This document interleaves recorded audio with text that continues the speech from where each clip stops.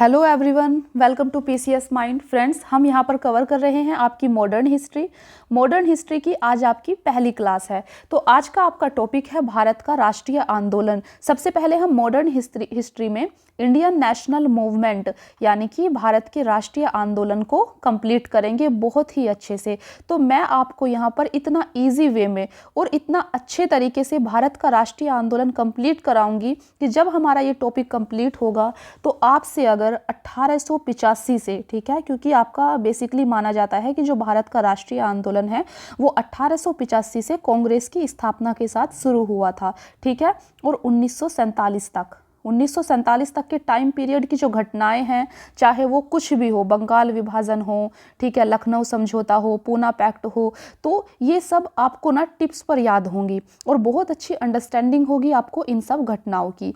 तो इसीलिए आपको ये भारत के राष्ट्रीय आंदोलन की जो सीरीज मैं स्टार्ट कर रही हूँ आज से, इसको आपको फॉलो करना है और कंटिन्यू देखना है। डेली आपकी क्लास अपलोड की जाएगी, तो इस चैनल से आप जुड़ जाएंगे। और अगर आप इस चैनल पर नए हैं तो चैनल को सब्सक्राइब ज़रूर कर लें, क्योंकि यहाँ पर हम बहुत ही अच्छे से अपनी पढ़ाई कर रहे हैं। मॉडर्न हिस्ट्री की आपकी क्लास चल रही है यहाँ पर, और आपकी करंट अफेयर की क्लास भी रेगुलर चल रही हैं। करंट अफेयर हम आपका ई दृष्टि मैगजीन से कंप्लीट कर रहे हैं बहुत ही अच्छे से, जहाँ पर हमने नेशनल करंट अफेयर कंप्लीट किया है और इंटरनेशनल करंट अफेयर की क्लास आपकी अब चल रही है। तो आप करंट अफेयर भी अपना यहाँ से कंप्लीट कर सकते हैं। तो फ्रेंड्स, मॉडर्न हिस्ट्री स्टार्ट करते हैं फिर आज। चलिए देखिए, सबसे पहले आप इस चीज को समझिए कि भारत का राष्ट्रीय आंदोलन कब से शुरू हुआ माना जाता है, ठीक है। तो बेसिकली जो भारत का राष्ट्रीय आंदोलन है इसको 1885 से शुरू हुआ माना जाता है, कि 1885 से भारत का राष्ट्रीय आंदोलन शुरू हुआ। 1885 से ही क्यों शुरू हुआ? क्योंकि 1885 में आपको पता होगा कि कांग्रेस की स्थापना हुई थी, ठीक है, कांग्रेस की स्थापना हुई थी, इसीलिए माना जाता है। और कांग्रेस की स्थापना से क्यों माना जाता है कि भारत का राष्ट्रीय आंदोलन शुरू हुआ? देखिए, आप इस वर्ड को देखिए, राष्ट्रीय। राष्ट्रीय का मतलब होता है यानी कि पूरे इंडिया को कवर कर लेना, ठीक है। ये मान लीजिए इंडिया का मैप है, तो इस पूरे इंडिया के राष्ट्रीय लेवल का मतलब है पूरा इंडिया, ठीक है, पूरा राष्ट्र कवर होना चाहिए। हम भारत के राष्ट्रीय आंदोलन का मकसद क्या था? पूरे राष्ट्र को आज़ाद कराना, ठीक है, अंग्रेजों से। तो इसीलिए इसको राष्ट्रीय आंदोलन बोला जा रहा है। लेकिन इससे हम 1885 क्यों मान रहे हैं? क्योंकि फ्रेंड्स, ऐसा नहीं है कि 1885 से पहले कोई विद्रोह नहीं हुआ, कोई आंदोलन नहीं हुआ। 1885 से पहले भी आंदोलन हुए थे, ठीक है। 1857 का आपने सुना है, कितनी बड़ी क्रांति हुई थी, ठीक है। और 1885 से और भी बहुत सारी संस्थाएं थी जो लगातार आंदोलन कर रही थी, अंग्रेजों के खिलाफ विद्रोह कर रही थी। लेकिन आप यहाँ पर एक चीज को समझिए, ठीक है, जिससे आपकी अंडरस्टैंडिंग क्लियर हो। देखिए, कांग्रेस से पहले बहुत सारी संस्थाएं थी, ठीक है। जैसे कि मैं आपको बताऊं, एक बंग भाषा प्रकाशक सभा, ठीक है, और आपकी लैंड होल्डर सोसाइटी थी, जमींदारी एसोसिएशन। लेकिन कांग्रेस से पहले जितनी भी संस्थाएं थी या जितने भी विद्रोह हो रहे थे अंग्रेजों के खिलाफ, वे क्षेत्रीय लेवल पर होते थे, ठीक है, इंडिया के किसी भाग में होते थे और कुछ अपने पर्सनल इंटरेस्ट के लिए होते थे, ना कि पूरे देश के लिए। इसीलिए उसको राष्ट्रीय आंदोलन नहीं कहा जाता है। आई थिंक आपको क्लियर हो गया होगा कि क्यों हम भारत का राष्ट्रीय आंदोलन 1885 से शुरू मानते हैं। लेकिन आपको पता होगी, कांग्रेस जो थी वो एक नेशनल लेवल की संस्था थी, ठीक है, वो पूरे इंडिया के हितों का प्रतिनिधित्व करती थी, ठीक है। इसीलिए इसको जो है यहाँ से राष्ट्रीय आंदोलन की शुरुआत मानी जाती है। तो फ्रेंड्स, सबसे पहले हम समझते हैं कि भारत का राष्ट्रीय आंदोलन कैसे शुरू हुआ। तो आपको पता होगा कि जब धीरे धीरे भारत में राष्ट्रवाद की भावना उत्पन्न हुई, ठीक है, राष्ट्रवाद की भावना के साथ ही आपका भारत के राष्ट्रीय आंदोलन की शुरुआत होती है, इंडियन नेशनल मूवमेंट की। क्योंकि राष्ट्रवाद का क्या मतलब होता है? राष्ट्रवाद का मतलब होता है अपने राष्ट्र से प्रेम करना, अपने राष्ट्र के प्रति, अपने राष्ट्र को आज़ाद कराने की भावना होना, एक आत्मसम्मान की भावना आ जाना, ठीक है। ऐसा मानना कि जो भारत है वो भारतीयों के लिए है। तो जब से इंडिया में राष्ट्रवाद की भावना उत्पन्न हुई, भारत के लोगों को लगा कि नहीं, हमें अपना शासन स्वयं चलाना चाहिए, तो तब से भारत में जो है राष्ट्रवाद की भावना उत्पन्न हुई। राष्ट्रवाद की जो भावना है वो ऐसा नहीं है कि एक दिन में उत्पन्न हो गई, 2 दिन में उत्पन्न हो गई, या कोई एक कारण रहा है राष्ट्रवाद की भावना को उत्पन्न होने में। नहीं, ये एक कंटिन्यूअस प्रोसेस था, ठीक है। तो धीरे धीरे एक परिस्थितियां बन रही थी भारत में, ठीक है। अंग्रेजों की नीतियां थी, अंग्रेजों की कुछ नीतियाँ ऐसी थी जो इनडायरेक्टली वो कर तो अपने इंटरेस्ट के लिए चला रहे थे उनको, ठीक है, लेकिन वो भारतीयों के लिए लाभदायक, जैसे कि रेल का निर्माण हुआ, ठीक है, रेल उन्होंने चलाई, तो रेल से क्या हुआ, भारत के सभी लोग जो हैं एक दूसरे के पास जा पाए, ठीक है, जो एक डिस्टेंस था भारत के लोगों के बीच वो खत्म हुआ, ठीक है, तो जिससे एक दूसरे के विचार जो हैं वे उनके पास आ पाए, तो जिससे राष्ट्रवाद की भावना को बल मिला, ठीक है। और बहुत सारे जैसे कि अंग्रेजों की जो नीतियां थी, ठीक है, जब वो भारतीयों का शोषण करते थे तो शोषण से उनके मन में, भारतीयों के मन में एक आक्रोश उत्पन्न हुआ कि नहीं, हमें अपने देश को आज़ाद करना है। तो राष्ट्रवाद की भावना के लिए बहुत सारे कारक जिम्मेदार रहे थे।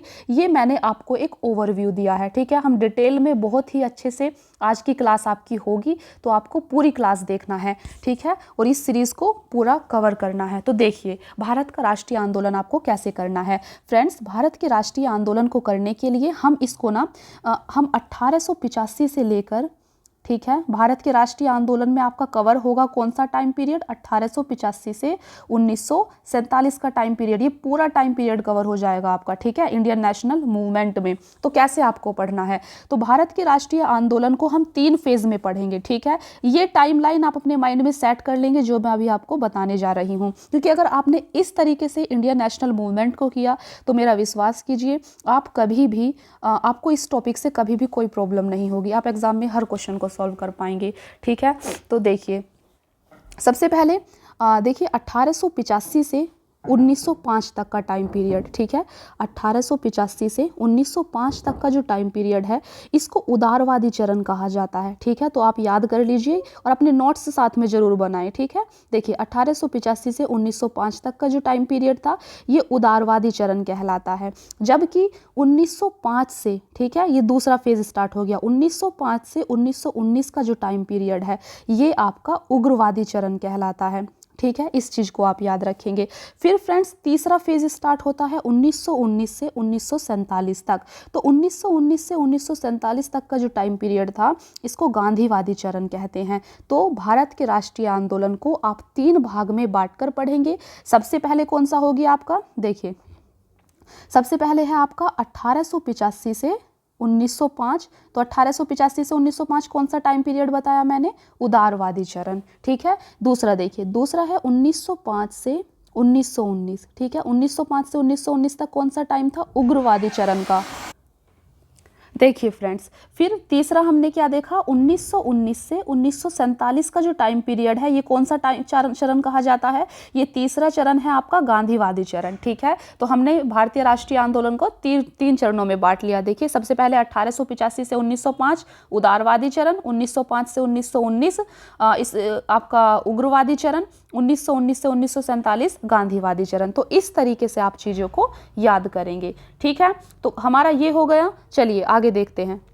देखिए फ्रेंड्स, देखिए तो भारत के राष्ट्रीय आंदोलन को सबसे पहले हमने समझा कि कैसे पढ़ना है। अब हम समझते हैं तो भारत का राष्ट्रीय आंदोलन आपका कब से स्टार्ट होता है, जब भारत के लोगों में राष्ट्रवाद की उत्पत्ति होती है, ठीक है।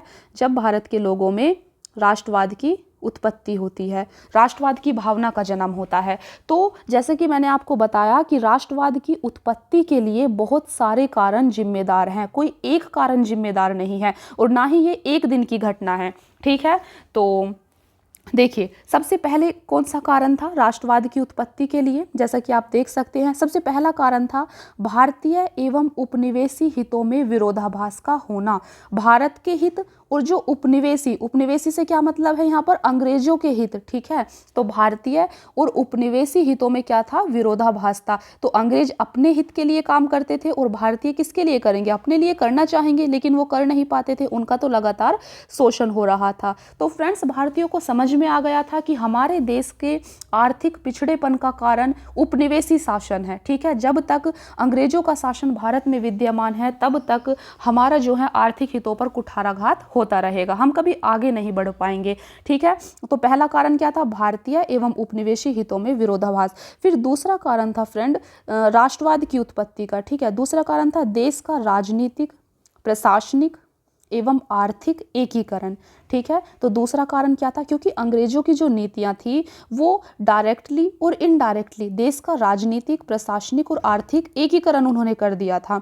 ठीक है। राजनीतिक एकीकरण कैसे हुआ, क्योंकि उन्होंने संपूर्ण देश के लिए एक कानून जो है लागू किया। ठीक है। एक प्रशासन लागू किया। आर्थिक एकीकरण कैसे हुआ, उन्होंने रेल, सड़कें बनाई, तो जिससे भारत के लोग एक स्थान से दूसरे स्थान पर आसानी से पहुंच पाए। तो भारत के जो राष्ट्रीय नेता थे, राष्ट्रवादी नेता थे, वो आपस में मिल पाए। ठीक है। एक दूसरे के विचार जो है एक जगह से दूसरी जगह पर गए। तो इस प्रकार से इसने इनडायरेक्टली और डायरेक्टली जो है राष्ट्रवाद की उत्पत्ति में भूमिका निभाई। ठीक है। तो ये पॉइंट्स आपको याद रखने हैं। फिर तीसरा कारण क्या था राष्ट्रवाद की उत्पत्ति का, पाश्चात्य चिंतन तथा शिक्षा का प्रभाव। तो भारत में जो मध्य वर्ग था वो शिक्षित होता जा रहा था। उन्होंने इंग्लिश की शिक्षा प्राप्त करके वो लंदन वगैरह गए, वहाँ पर उन्होंने जो है पाश्चात्य शिक्षा को देखा, जो वेस्टर्न कंट्री है वहाँ पर उसने वहाँ के समाज को देखा कि वहाँ के लोग तो फ्रीली रहते हैं, ठीक है, अच्छे से रहते हैं, पढ़ते लिखते हैं। तो उन पाश्चात्य चिंतन जो मतलब वेस्टर्न कंट्री के विचार थे और शिक्षा थी, उनका मध्य वर्ग ऐसा उत्पन्न हुआ, हमारे देश में भी डॉक्टर, इंजीनियर, इन सब पर बहुत ज़्यादा प्रभाव पड़ा। इन्हें समझ में आया, इन्होंने कंपेयर किया कि इंडिया को और जो वेस्टर्न कंट्री हैं आपकी लंदन, अमेरिका वगैरह, इनको जो है कंपेयर किया। ठीक है। तो इन्होंने देखा कि भारत की हालत तो बहुत बुरी है। तो इस चीज़ ने भी राष्ट्रवाद की उत्पत्ति में भूमिका निभाई। पाश्चात्य चिंतन और शिक्षा का प्रभाव पड़ा। फिर चौथा कारण था प्रेस एवं साहित्य की भूमिका। तो चौथा कारण जो मतलब प्रेस का विकास हो रहा था, ठीक है, बहुत सारे साहित्य लिखे जा रहे थे, तो इसने भी जो है राष्ट्रवाद की उत्पत्ति में भूमिका निभाई। पांचवा कारण है आपका भारत के अतीत का पुनः अध्ययन। देखिए, भारतीय जो थे उनको ऐसा लगता था कि जो मतलब अपने आप को वो ऐसा सोचते थे, उनके मन में एक हीनता की भावना थी कि हम लोग तो गुलामी करने के लिए ही पैदा हुए हैं, अंग्रेज़ जो हैं वो बहुत सर्वश्रेष्ठ हैं क्योंकि वो गोरे हैं, ठीक है, और हम तो काले हैं। तो ऐसे उनके मन में हीनता की भावना थी। लेकिन भारत में कुछ ऐसे राष्ट्रवादी नेता हुए जिन्होंने भारत के अतीत का पुनः अध्ययन किया और भारतीयों को बताया कि नहीं, हमारा अतीत इतना बुरा नहीं है, हम हमेशा से गुलाम नहीं रहे हैं, ठीक है, हम हमेशा से गुलाम नहीं थे, हमारा तो जो प्राचीन भारत था, वैदिक काल था, ठीक है, बहुत प्राउड करने लायक है। तो उनको जो है इस चीज़ का एहसास दिलाया जिससे वो अपने अतीत पर गर्व कर पाए, उनके मन में इस हीनता की भावना को ख़त्म किया। ठीक है। तो भारत के अतीत का पुनः अध्ययन किया कुछ राष्ट्रवादी नेताओं ने। इसके बाद छठा कारण है राष्ट्रवाद की उत्पत्ति के लिए, फ्रेंड्स आपको पता होगा उसी टाइम पर सामाजिक धार्मिक सुधार आंदोलन भी चल रहे थे। राजा राम मोहन राय जो है समाज में सुधार ला रहे थे, स्वामी दयानंद सरस्वती, ज्योतिबा फूले। तो हम जब सामाजिक धार्मिक सुधार आंदोलन का चैप्टर आपका अलग होगा पूरा, तब हम अच्छे से सारी चीजें करेंगे। फिर सातवां मध्य वर्गीय बुद्धिजीवियों का उत्थान। तो फ्रेंड्स भारत में एक मध्य वर्ग ऐसा उत्पन्न हो रहा था जो कि शिक्षित था, अपने अधिकारों के प्रति जागरूक था। तो इसने भी भारत के राष्ट्रीय आंदोलन में और भारत में राष्ट्रवाद की उत्पत्ति में एक महत्वपूर्ण भूमिका निभाई। फ्रेंड्स, आठवां कारण था पुनर्जागरण, फ्रांसीसी क्रांति और रूसी क्रांति। यानी कि कुछ अंतर्राष्ट्रीय स्तर पर ऐसी घटनाएं घट रही थी जिसका प्रभाव भारत में भी पड़ रहा था और वे घटनाएं भी भारत में राष्ट्रवाद की उत्पत्ति में भूमिका निभा रही थी। जैसे कि मैं आपको बताऊं, भारतीयों के मन में ऐसा था कि जो यूरोप है ना, यूरोप यानी कि जो आपका इंग्लैंड है, ठीक है, इंग्लैंड है वो अजेय है, मतलब उसको कोई हरा नहीं सकता, ठीक है, उसको कोई हरा नहीं सकता, वो हमेशा जीतेगा। लेकिन उसका वहम तब टूटा जब जापान जैसी छोटी सी कंट्री ने रूस को हरा दिया। ठीक है, जापान और रूस के बीच में लड़ाई हुई थी तो जापान ने रूस को हरा दिया था। ठीक है। तो तब भारतीयों को लगा कि अगर जापान रूस को हरा सकता है तो भारत इंग्लैंड को क्यों नहीं हरा सकता। ठीक है। तो अंतर्राष्ट्रीय स्तर पर जो घटनाएं घट रही थी, पुनर्जागरण आ रहा था, ठीक है, फ्रांसीसी क्रांति, रूसी क्रांति, इन सब ने भारतीयों के मन से इस भ्रम को तोड़ दिया कि यूरोप की जो कंट्री है, इंग्लैंड जो है वो अजय है, उसको कोई नहीं हरा सकता। ठीक है। देखिए, नौवां कारण था लॉर्ड लिटन की प्रतिक्रियावादी नीतियां। जो लॉर्ड लिटन वायसराय था, ठीक है, इसने कुछ ऐसी नीतियां भारत में चलाई जिसने भारत में राष्ट्रवाद की उत्पत्ति में प्रमुख भूमिका निभाई। तो ये काफी इंपॉर्टेंट है, ये जो डेट के साथ में मैं लिखी हूं ना पॉइंट्स, ये काफी इंपॉर्टेंट है, आपके एग्जाम में यहाँ से क्वेश्चन डायरेक्टली बनेगा। ठीक है। जैसे कि देखिए क्या नीतियां थी लॉर्ड लिटन की। तो सबसे पहले थी 1876, 1876 में क्या किया लॉर्ड लिटन ने, इंडियन सिविल सर्विस में प्रवेश की न्यूनतम आयु 21 वर्ष से घटाकर 19 वर्ष कर दी। ठीक है, 1876 में। तो 21 वर्ष से घटाकर 19 वर्ष कर दी तो भारतीयों के लिए तो और टफ हो गया। ठीक है, तो इस चीज़ का विरोध किया जा रहा था। फिर 1877 में क्या हुआ, भव्य दिल्ली दरबार का आयोजन हुआ। तो ये उस समय दिल्ली दरबार का आयोजन हुआ था जब दक्षिण भारत में अकाल पड़ा हुआ था। 30-35-70 मतलब 70 लाख लोग जो है मर रहे थे। ठीक है, आंकड़े पर ध्यान मत देना, लेकिन लाखों की संख्या में लोग मर रहे थे। तो उस टाइम में ऐसे में अंग्रेज जो है भव्य दिल्ली दरबार का आयोजन कर रहे हैं, भारतीयों के प्रति उनका कोई लगाव नहीं है, लोग मर रहे हैं तो मरने दो। तो ऐसे में जो है भारतीयों की आंखें खुली। फिर 1878 में वर्नाक्यूलर प्रेस एक्ट आया, प्रेस पर प्रतिबंध लगा दिया गया, लोगों को अपने विचारों को प्रकट करने नहीं दिया गया। 1878 में फिर शस्त्र अधिनियम आया। ठीक है, तो ये सारे जो एक्ट हैं, ये जो पॉइंट हैं, ये काफ़ी इंपॉर्टेंट है, इनको आप याद रखेंगे डेट सहित। ठीक है, तो लॉर्ड लिटन की जो प्रतिक्रियावादी नीतियाँ थी, इसने भी भारत में राष्ट्रवाद की उत्पत्ति में प्रमुख भूमिका निभाई। इसके बाद फ्रेंड 10वां पॉइंट है लॉर्ड रिपन एवं इल्बर्ट बिल विवाद, जो कि 1883 का है। देखिए फ्रेंड्स, 1883 में लॉर्ड रिपन ने इल्बर्ट बिल पेश किया। तो इल्बर्ट बिल क्या था? इल्बर्ट बिल ये था बेसिकली, जो भारतीय मजिस्ट्रेट थे कोर्ट में, न्यायालय में, ठीक है, उनको ये अधिकार दिया गया कि आप लोग जो अंग्रेज अधिकारी हैं, जो अंग्रेज लोग हैं, ठीक है, उनके मुकदमे को भी आप सुन सकते हो और उनको भी सजा दे सकते हो। तो ऐसे में जो पूरा अंग्रेज कम्युनिटी थी, अंग्रेज लोग थे, उन्होंने इल्बर्ट बिल का विरोध किया। उन्होंने भारत में जो है पूरा विरोध किया इल्बर्ट बिल का, क्योंकि यहाँ पर भारतीयों को अधिकार दिए जा रहे थे। ठीक है, इंग्लैंड में, यहाँ तक कि इंग्लैंड में भी अंग्रेजों ने पूरा जो है आंदोलन छेड़ दिया कि नहीं, इल्बर्ट बिल पास नहीं होना चाहिए। ठीक है, जबकि लॉर्ड रिपन तो इसके पक्ष में थे। तो ऐसे में क्या हुआ फ्रेंड्स, जब अंग्रेजों ने पूरा आंदोलन कर दिया, विरोध किया, तो इल्बर्ट बिल को पास नहीं किया गया। ठीक है, इसको वापस ले लिया गया। तो ऐसे में भारतीयों ने देखा कि जो अंग्रेज हैं वो तो भारतीयों के साथ बहुत ज़्यादा गलत कर रहे हैं, और उनमें एक राष्ट्रवाद की भावना उत्पन्न हुई।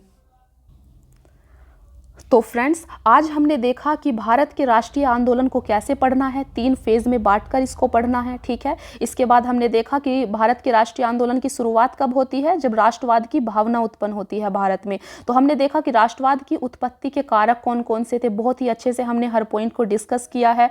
तो फ्रेंड्स, नेक्स्ट टॉपिक होगा आपका 1885 में कांग्रेस की स्थापना होती है। ठीक है, लेकिन 1885 में कांग्रेस की स्थापना से पहले भारत में बहुत सारी संस्थाएं ऐसी थी जिनकी स्थापना की जाती है, जो अपने स्तर पर भारत की आज़ादी के लिए प्रयास कर रही थी। तो इन सारी संस्थाओं से काफ़ी ज़्यादा क्वेश्चन आपके एग्जाम में आते हैं, तो मैं बिल्कुल टू द पॉइंट आपको ये सारी चीज़ें कवर कराऊंगी। तो फ्रेंड्स, मिलते हैं फिर नेक्स्ट क्लास में।